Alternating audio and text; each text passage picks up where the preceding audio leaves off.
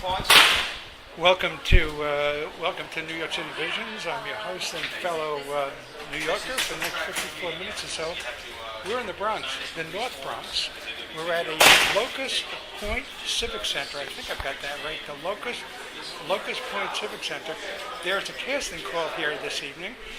It's about 5:30. The date is August 24th, Okay, this is for 2011. just now, you're saying? Just now, just for here. It's about 35 hours since we had an earthquake here in the area. Yesterday around 2 o'clock on August 23rd. So this is what's happening a day after the earthquake in New York City. And we're with... My name is Martin Vanahel. I'm part of the production company. I'm also one of the actors in the film, in the first film, and I will be in one of the lead actors in the second film. And I'm helping out here, getting the release form signed so we can shuffle everyone through for the readings, as they call. What movies are being casted for right now? We're casting for the sequel for Krackoon. This will be Krackoon 2. It's a horror movie. Crack what? It's a little tongue in cheek. It's a funny Krackoon. Krackoon. Yes, it's like it has to do with a raccoon. Who's on crack? Well, yeah, that's part okay. of his problem. There's also toxic waste and stuff that helps trigger his transformation. And the first movie did pretty well, and we did some well in film festivals and everything. And now we're budgeting for a second film. The first one was very independent, very low budget. Came out of pocket. So, and now we are getting ready to gear up for the part 2. Crack. And what's the other movie? That is the other movie. That's the movie that we're casting for right now. Krackoon Part 2. Yeah, it's a great title. Wow, it seems to be catching everybody's ear for that. Did you like the earthquake yesterday? What do you think? I didn't feel a thing. I didn't either. I didn't feel a thing. I was in the kitchen, microwaving some chicken. I came out. My host, where I'm staying in Brooklyn, he says, "Are you okay?" I said, "I'm okay." Why? He says, "You didn't shake?" I was shaking in the living room. The CDs were rattling. I didn't feel a thing. I didn't feel a thing. I was sitting outside reading the paper. Did not feel a thing. Do you have tremor envy now? Yeah, I do. I do? feel disappointed that I didn't get to feel this one. Wow, I feel kind of chosen. But yeah, I listened to 104.3 or 9, classic rock. And the DJ was saying, people are going to have tremor envy now. So you have tremor envy? Yeah, I do have tremor envy. I did feel the one back in the 80s. I remember that one. I did too. Yeah, I remember that one very well. Yeah. But this one I missed out on, and I do. Yeah, I'm envious of everyone else that felt it. Really? Yes. Well, folks, this is so tremor envy. It's so rare on the East Coast that, wow, I missed an earthquake. You mean tremor envy has been heard of before? I don't know. I think we might have just came up with it here. It might be a new complex, but I think I might have it. I heard birthquake. Children that are born yesterday would be born yesterday. There you go. Born yesterday. Earthquake. So that's okay. So here we go. So it's tremor envy. Okay, folks are coming in. Yeah, I have the. Oh, Krackoon too. There you go. Okay, folks are coming in to audition, and different sizes and ages and It's the sizes thing. different Never mind the sizes. Huh? Sizes are all good. And you're here to audition. Absolutely. And your name? Ken Champlin. What are you here to audition for? Just anything? I was the angry man. I am the angry man. In Krackoon. In Krackoon 1. You were the angry man. Absolutely. I'm still angry. Do you draw a bio? Do you have to audition again? Absolutely. Does the angry man appear in Krackoon 2? I don't know. It's going to be a surprise. Everything's a surprise. Give us a line. Give us some of the lines you had. Listen, they're screwing up Locust Point. Get it fixed. Wow. I was in a movie in Shoeshine Chicken, Albergo, and I'm sitting at the bar, Cha-Cha's in Coney Island, the boardwalk, going, yeah, I used to kick my ass pretty good, but I probably deserved it. Now I don't take no shit from nobody. Listen, so, I mean, I did a scene. I think excellent. Did you? Listen, we're all looking for 15 minutes. I got mine. There we go. My mother told me I had a perfect face for radio, so my 15 is good. Okay, and your name again is? Ken Champlin, Senior. And you're the ugly guy. You're not the ugly guy, but the angry guy. The angry man. The angry man, okay. And Scene 1. And you're here to audition too, your name? Sandy Champlin. Oh yeah, the Angry Man's. The angry man's wife, yeah. Yeah, wow. How is Feel he at sorry home? for me. Is he angry at home or just on screen? No, just on screen. He's okay. So he's a sweetheart at home, and Oh, yeah, he's a sweetheart. I have to say that. okay. And you are.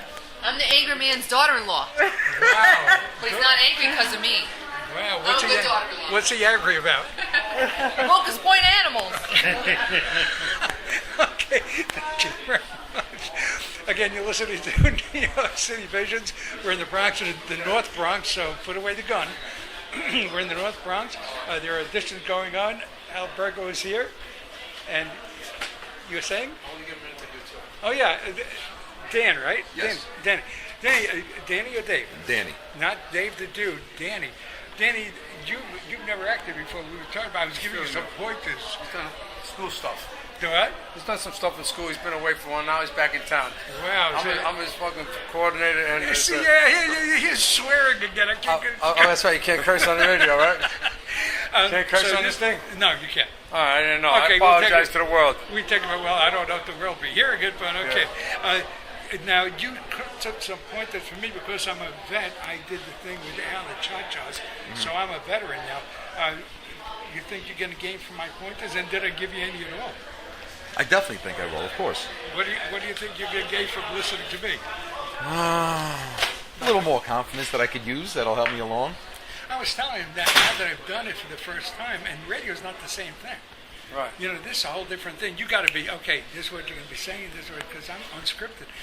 And now that I watch people acting, I go, I don't know if I can do that again. I mean, you're sitting there, you have to be on. You can do it. That's why you're here.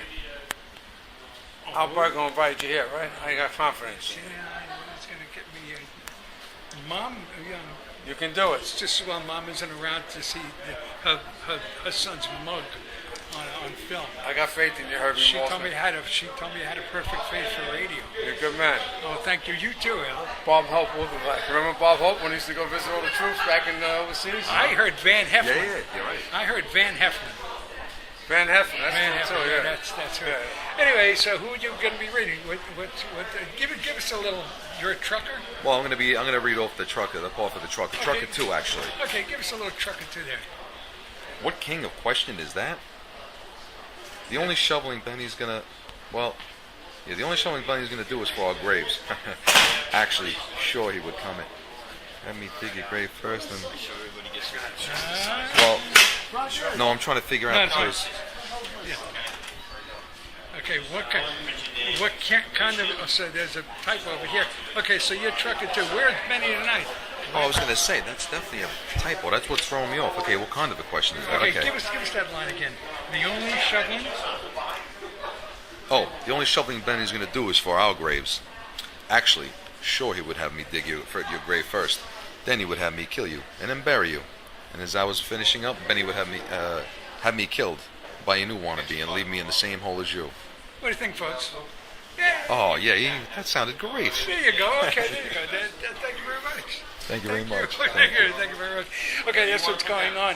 Al, give us I'm going to have Al Bergo give us a little background on even though we did get some background. Al, how do you come to all this? What's your role in this thing? Are you kind of coordinating everything? No, I'm not coordinating anything, but I am the side vision view.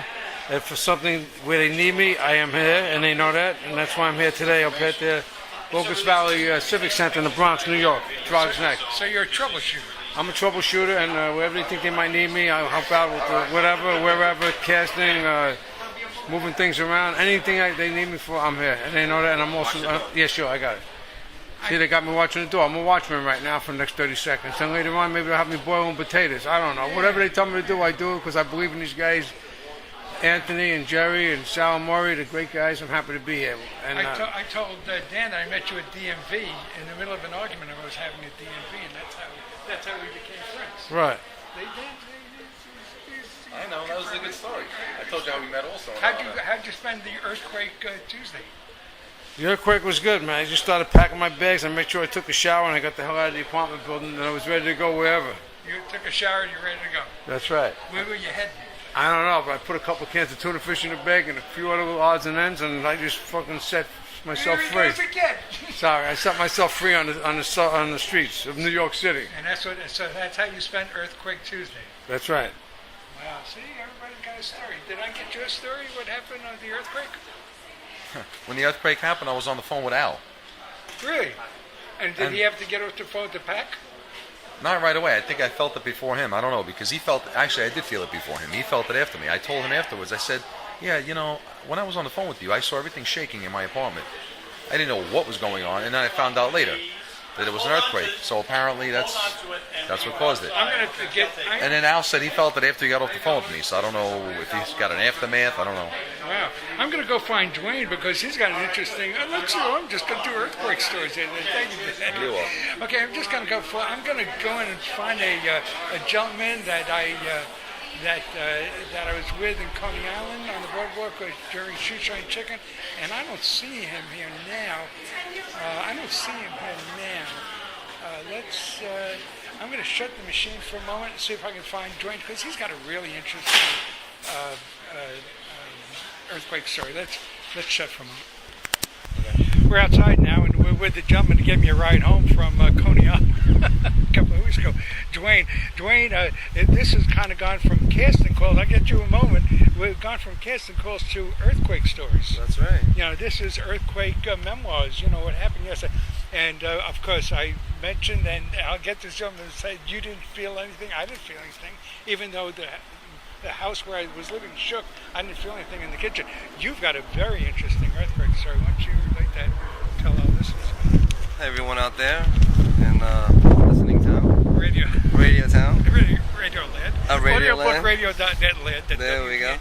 There we go. All right, now, yeah, actually, I was up in a 25-story building, and I was on the 22nd floor. And I was out on the terrace using my phone, and then all of a sudden, I feel the building swaying. And I've never been in this building before. And the building is? It's a building in Flushing. It's one of those high rises. And I didn't know if it was, you know, something that building did, you know, every once in a while. I just didn't know. And then all of a sudden I look at the occupants inside the building from the terrace that I was standing, and I see the Venetian blinds just going back and forth. At that point, I saw everyone with their eyes open, like wide open. And I walked through the apartment, and once I got to the hallway, I made a dash for the stairs. And you got outside within a minute. Let me tell you, I ran down these stairs. I ran down 22 flights, and I would say I did it under a minute. And there was something else happening over there yesterday. Oh yeah, it was. See, what really threw me off was that I was at the terrace. Sad, but also strange. Yeah. The reason why I was on the terrace, I was actually making a phone call, but at the same time, I noticed there was like ESU units downstairs. And then once I felt the building swaying, I actually thought it was like a bomb or something that they were trying to defuse or something.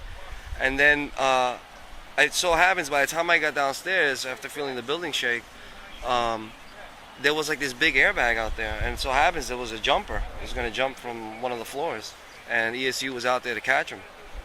What happened to the jumper? Do you know? Actually, they actually talked him into not jumping. So he's up there on this building on a ledge, Yeah. getting ready to jump, and while he's getting ready to jump, the earthquake hits. Yeah, you know, it's pretty crazy. I mean, thinking of the circumstances. What if he really didn't want to jump, and the movement of the building, threw him off? Is he lucky? I don't know. You know what? I guess you can call it that. I mean, I think we're all lucky, you know, being that, you know, the earthquake wasn't worse than what it was. I mean, the building didn't come down. I made it to the ground. The building's still standing.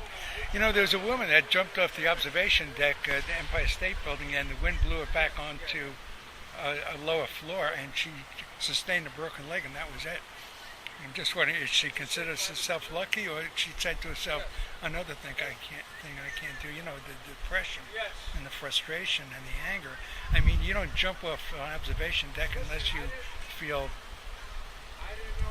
not secure in who you are. And here I wonder what her thought was when she laid there saying, holy cow, I can't even do this. You understand what I'm saying? Yeah, I mean, how do you... She was fortunate. I wonder if she went on to have a productive life. You know what I think? I think there's a purpose for everything, and just so happens it wasn't that guy's date. And I'm happy that it wasn't mine either, and everyone else that was in that building. Okay, that was quite a start. You are. Hi, my name is Kenneth, and I'm over here with Dwayne hanging out, and we're over here casting for Krackoon, and same thing, I guess. I'm just like this gentleman right here. We didn't really feel anything. I was sitting on a chair, and I was leaning back, and I thought it was me. My equilibrium was being thrown off, and I'm like, what the heck is this? I've never felt an earthquake before, so I didn't know what to look for, so it was a weird feeling, but then after it stopped, I started to move my chair to think if it was just me. Maybe, I'm getting old and maybe I was shaking and I didn't realize it. But then I'm hearing stories. I've got phone calls coming in. Hey, did you feel the earthquake? And, it was just like, finally I just realized, hey, it was an actual tremor.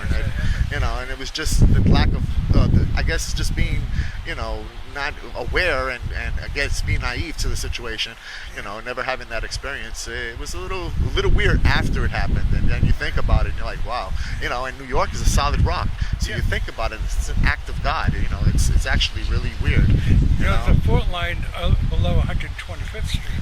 Right. Yes. And that's something that is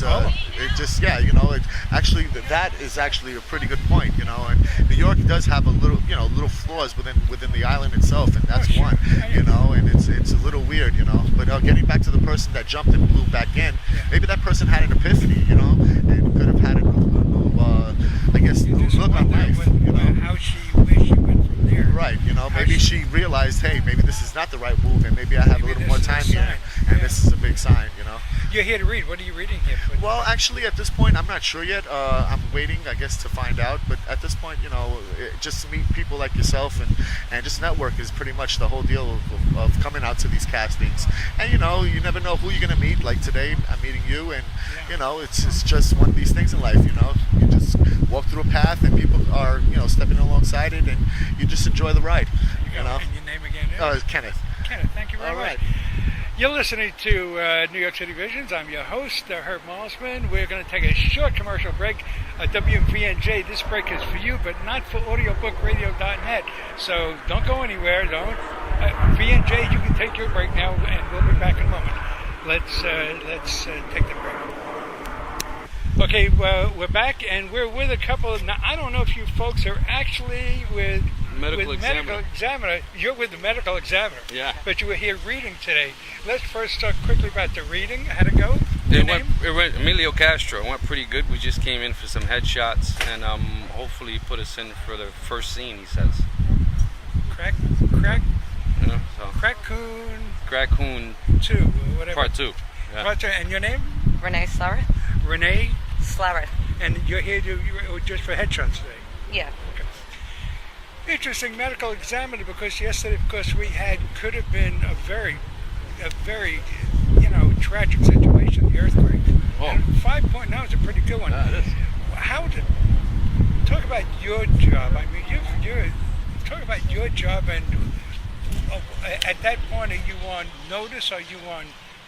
Do you get, what is your notification? What are you told at the medical examiners? Now, nobody, as far as I know, there were no deaths. No, they didn't let us know anything about that. But, usually if a disaster happens, just like they just give us a call immediately, and we just have to go and run. Did you get a call yesterday? No. You didn't get the call? No. How come? Nothing really happened. Nothing really happened. We just got shooken up, that's all. What is it like? And your name again is? Renee. Renee. How is it working for the medical examiner? That takes a special kind of mindset, does it not? It does, but if you like the job, I love my job.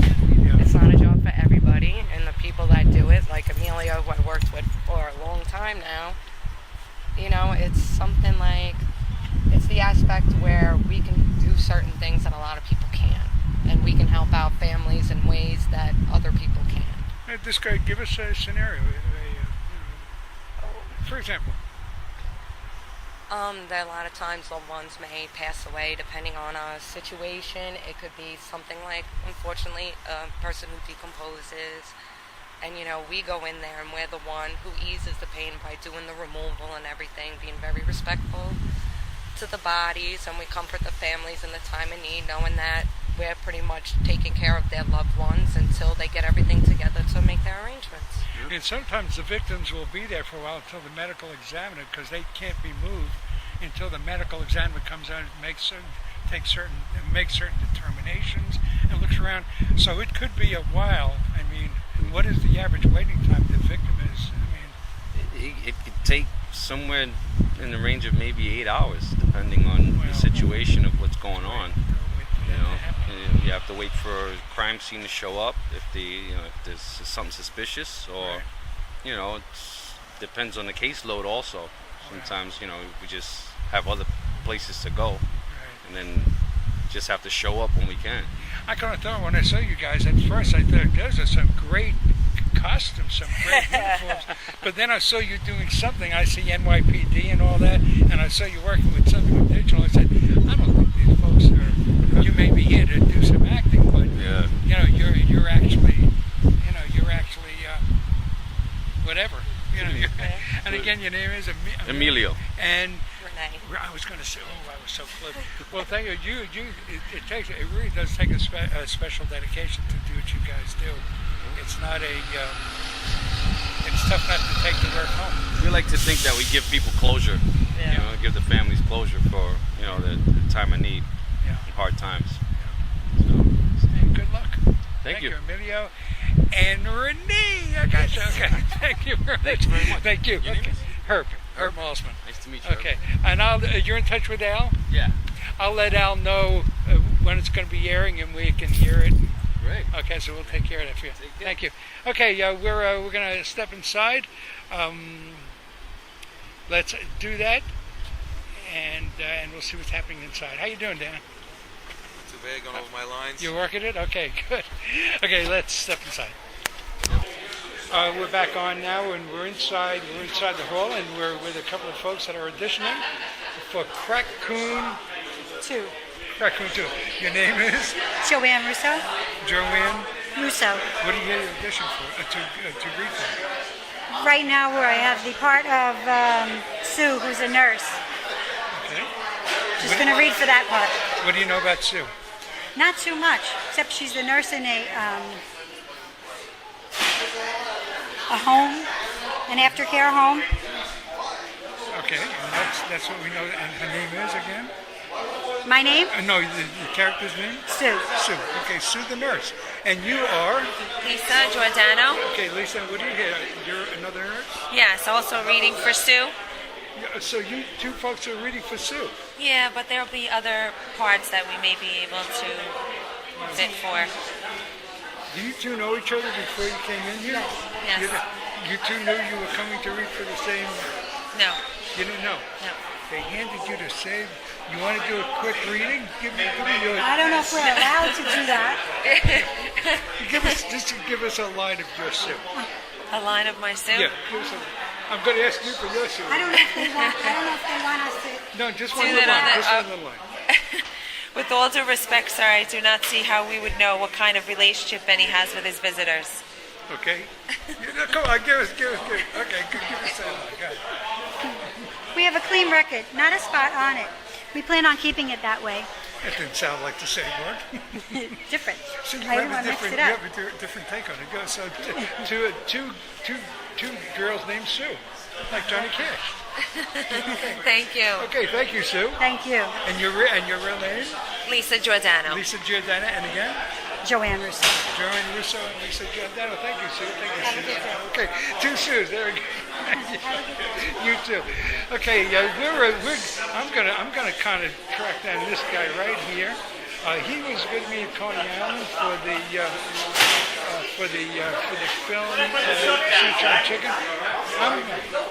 I'm gonna get you one more.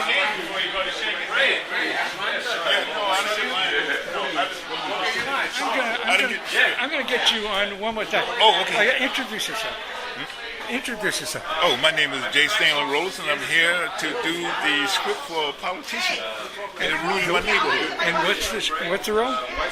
What's the role you're auditioning for? script yet. What? Not yet. Okay. Go back and see. But we were together a couple of weeks ago shooting Chicken in Coney Island. Right, yeah. And you give us a little background because you were kind of windblown when we were talking. You're from?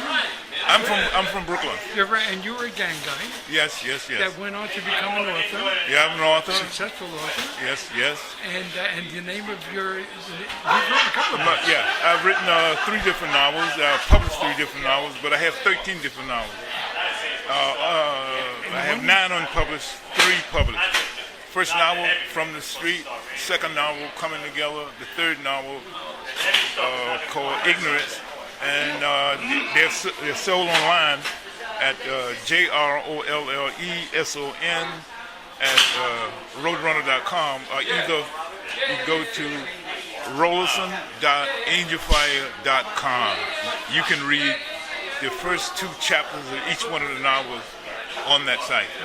And you grew up in Brooklyn, a gang guy, protecting your neighborhood and all that. And now today, in real life, you're a process server. Yes. In real life, I'm you get a kick out of knowing you're... Oh yeah, I'm in real life. I'm a paralegal and a process server, and that involved working for attorneys, serving legal documents, and those kind of things. So you don't know what you're reading for here today. What do you know about the story?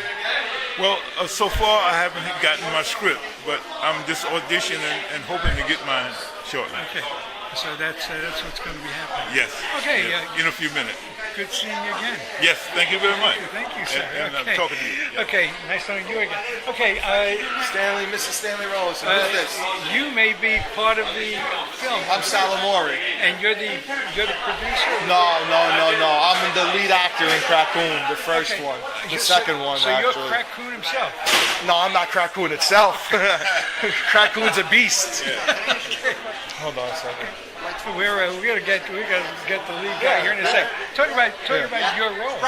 Who am I speaking with right now? I'm Malsman, audiobookradio.net, WVMJ. Are you friends of Albergo? Albergo. Hey, we spoke on the phone. Salamori. That's who you spoke to yesterday. Didn't we speak yesterday? No. The day before? We were supposed to be on a conference call, and he called you a couple of times. And so talk about your role. My role. I play Peter Rabbit. Peter Rabbit. Okay. That's my nickname, Mr. Peter Rabbit. And I'm actually the deputy mayor in the first movie. In the second movie, I literally take control over. I become the mayor of Locust Point. And my role is try to keep order in this town when this town is going crazy over a killer Krackoon that is wiping out almost everybody. And basically, it's a really thrilling horror movie. Wow. A lot of fun. You're the deputy mayor? I'm the deputy mayor, yes. How'd you handle the earthquake yesterday? Oh, the earthquake? I didn't even know it hit. See, there's another guy. I didn't even know it hit. I didn't know. And you're the mayor. You should know these things. Yeah. Oh, yeah. In movie land, I'm the mayor. Bloomberg knew. In movie land, I'm the mayor. In Drugs Neck, I'm just a regular Drugs Neck guy. Okay, and your name? Sal Amori. And your name in the film? Peter Rabbit. Peter Rabbit. Yeah, Peter Rabbit. Yeah. Yes. But thank you, Peter. Sal. You're welcome. Good seeing you. Okay, we're just kind of fly. I'm just going to let this thing run and see where we go with this. Okay, let's see who else I can find. I'm just kind of sitting with folks and getting their impressions. I'm going to talk to this gentleman over here. He was kind of standing on the periphery a little bit when as I was doing an interview. I'm going to sit with you for a Okay, I'm going to sit with you for a moment. Your name is? Oh, what the hell did I do with my hearing aid? What? Your name is? Mike Cannon. Okay, Mike Cannon? Cannon, C-A-N-N-O-N. Yeah, Cannon. Yeah. Like a cannon. Yeah, boom, boom. Boom, boom. There you go. That's what happened to your ear, I guess. I always tell people, don't make fun of my name. I shoot my mouth off. There you go. You're reading today for what? I'll read for anything. They gave me a politician for this one. Right. But I've done them all. You name it. I can't think of a single part that I haven't done. I've been a dirty old man. I've been everything you can think of. So you're a dirty old man, and there was an ugly, an angry Oh, I can be angry too. Okay, what do you give us a darngoodactor.com? That's me. A darngoodactor.com out of Long Island City. Give us some of your background. Have we seen you in anything? Any films? Well, I've been in a couple of pilots that were never picked up, but that's about it. I have done.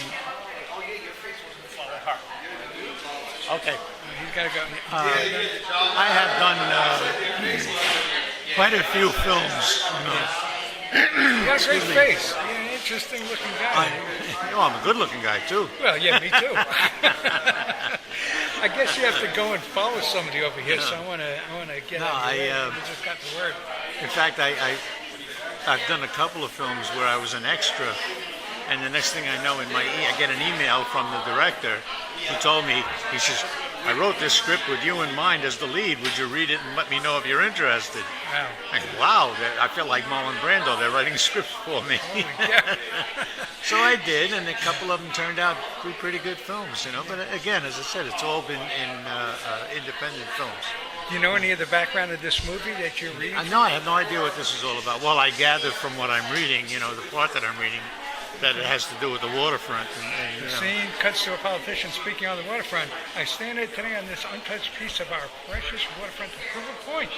Yeah, Locust Point. There you go. So we're not going to go any further because you have to see the movie to see the point as you prove. So that's as far as folks, that's the tease.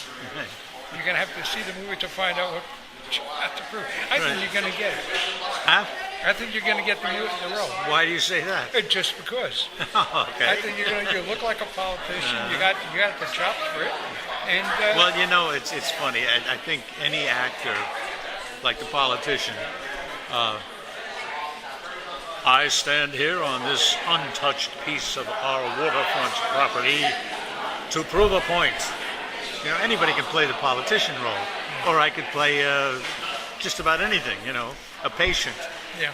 I'm not feeling so well. I don't like this hospital. I want to go home.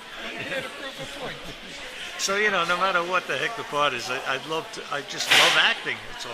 Well, you look the part. You look like a politician. You look like a politician. I wish I could be as quick thinking as they are. Yeah. You look like a politician. I don't see anybody else that looks like you. So I think you got it covered. Oh, wow. Again, your name is William Michael Cannon. Michael Cannon. Okay. Thank you for what movies are being casted for right now. We're casting for the sequel for Krackoon. This will be Krackoon 2. It's a horror movie. Crack what? It's a little tongue in cheek. It's a funny Krackoon. Krackoon. Yes, it's like it has to do with a raccoon. Who's on crack? Well, yeah, that's part of his problem. There's also toxic waste and stuff that helps trigger his transformation. And the first movie did pretty well, and we did some well in film festivals and everything. And now we're budgeting for a second film. The first one was very independent, very low budget. You know, came out of pocket. So, and now we are getting ready to gear up for the part 2. Correct. And what's the other movie? That is the other movie. That's the movie that we're casting for right now. Krackoon Part 2. Yeah, it's a great title. Wow, it seems to be catching everybody's ear for that. Did you like the earthquake yesterday? What do you think? I didn't feel a thing. I didn't either. I didn't feel a thing. I was in the kitchen, microwaving some chicken. I came out. My host, where I'm staying in Brooklyn, he says, "Are you okay?" I said, "I'm okay." Why? He says, "You didn't shake?" He was shaking in the living room. The CDs were rattling. I didn't feel a thing. I didn't feel a thing. I was sitting outside reading the paper. Did not feel a thing. Do you have tremor envy now? Yeah, I do. I do? feel disappointed that I didn't get to feel this one. Wow, I feel kind of chosen. But yeah, I listened to 104.3 or 9, classic rock. And the DJ was saying, people are going to have tremor envy now. So you have tremor envy? Yeah, I do have tremor envy. I did feel the one back in the 80s. I remember that one. I did too. Yeah, I remember that one very well. Yeah. But this one I missed out on, and I do. Yeah, I'm envious of everyone else that felt it. Really? Yes. Well, folks, this is so tremor envy. It's so rare on the East Coast that, wow, I missed an earthquake. You mean tremor envy has been heard of before? I don't know. I think we might have just came up with it here. It might be a new complex, but I think I might have it. Listen, they're screwing up Locust Point. Get it fixed. Wow. I was in a movie in Shoeshine Chicken. Albergo, Who and knew? I'm sitting at the bar, Cha-Cha's in Coney Island, the boardwalk, going, yeah, I used to kick my ass pretty good, but I'm I probably deserved it. Now I don't take no shit from nobody. Listen. So I mean, I did a scene. I think excellent. Did you? Listen, we're all looking for 15 minutes. I got mine. There we go. My mother told me I had a perfect face for radio, so my 15 is good. Okay, and your name again is? Ken Champlin, And Senior. You're the ugly guy. You're not the ugly guy, but the angry guy. The Angry Man. The angry man, okay. And Scene 1. And you're here to audition too, your name? Sandy Champlin. Oh, yeah, the angry man's... The angry man's wife, yeah. Yeah, wow. How Feel is he at home? sorry Is for he- me. Is he angry at home or just on screen? No, Welcome to New York City Visions. I'm your host and fellow New Yorker for the next 54 minutes or so. We're in the Bronx, the North Bronx. We're at a Locust Point Civic Center. I think I've got that right. The Locust Point Civic Center. There's a casting call here this evening. It's about 5:30. The date is August 24th, 2011. Just now, you're saying? Just now, just for here. It's about 35 hours since we had an earthquake here in the area. Yesterday around 2 o'clock on August 23rd. So this is what's happening a day after the earthquake in New York City. And we're with... My name is Martin Vanahel. I'm part of the production company. I'm also one of the actors in the film, in the first film, and I would be in one of the lead actors in the second film. And I'm helping out here, getting the release form signed so we can shuffle everyone through for the readings, as they call.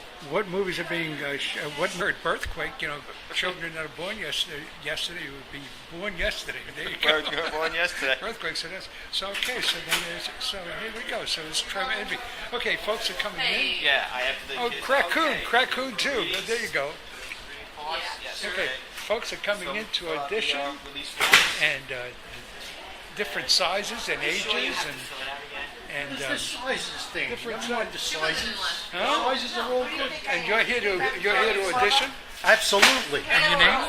Ken Champlin. What are you here to audition for? Just anything? I was the Angry Man. I am the Angry Man.